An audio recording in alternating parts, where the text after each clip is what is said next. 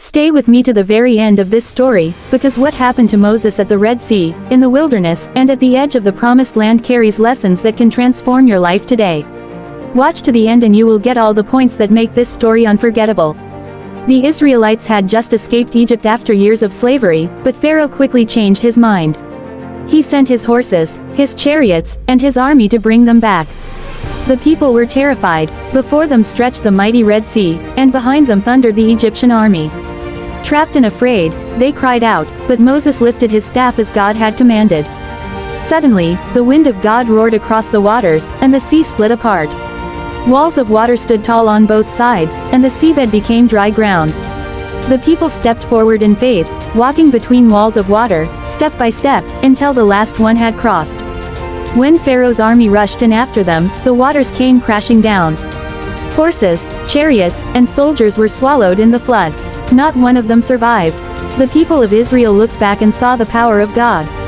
That day, they knew the Lord alone was their deliverer, and they sang songs of victory on the other side of the sea. But their journey had only begun. The wilderness stretched before them, hot, dry, and uncertain. Soon, the people grew restless.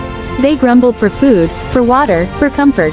Yet God was faithful. Each morning, He sent manna from heaven, bread that appeared with the dew.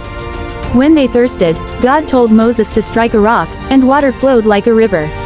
When enemies attacked, God gave them victory as long as Moses lifted his hands in prayer.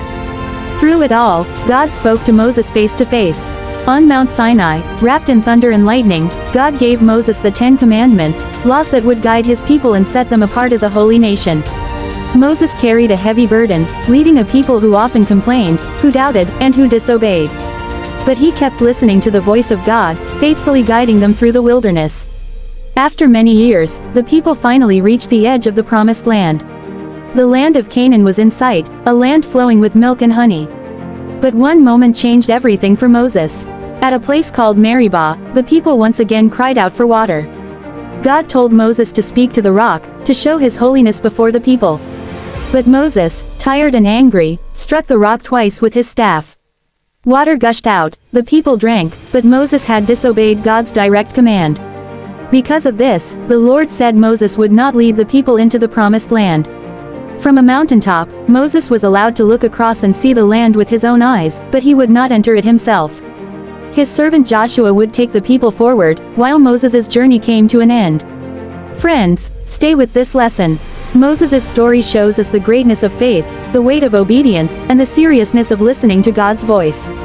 He was chosen, he was mighty, but even he faced consequences for disobedience. Yet his life reminds us that God is merciful, powerful enough to part seas for us, faithful enough to provide for us in the wilderness, and holy enough to call us to walk in obedience. So remember this, the journey with God is not only about the destination, but about trusting Him every step of the way. Watch to the end, take in every point, and let Moses' story strengthen your own faith today.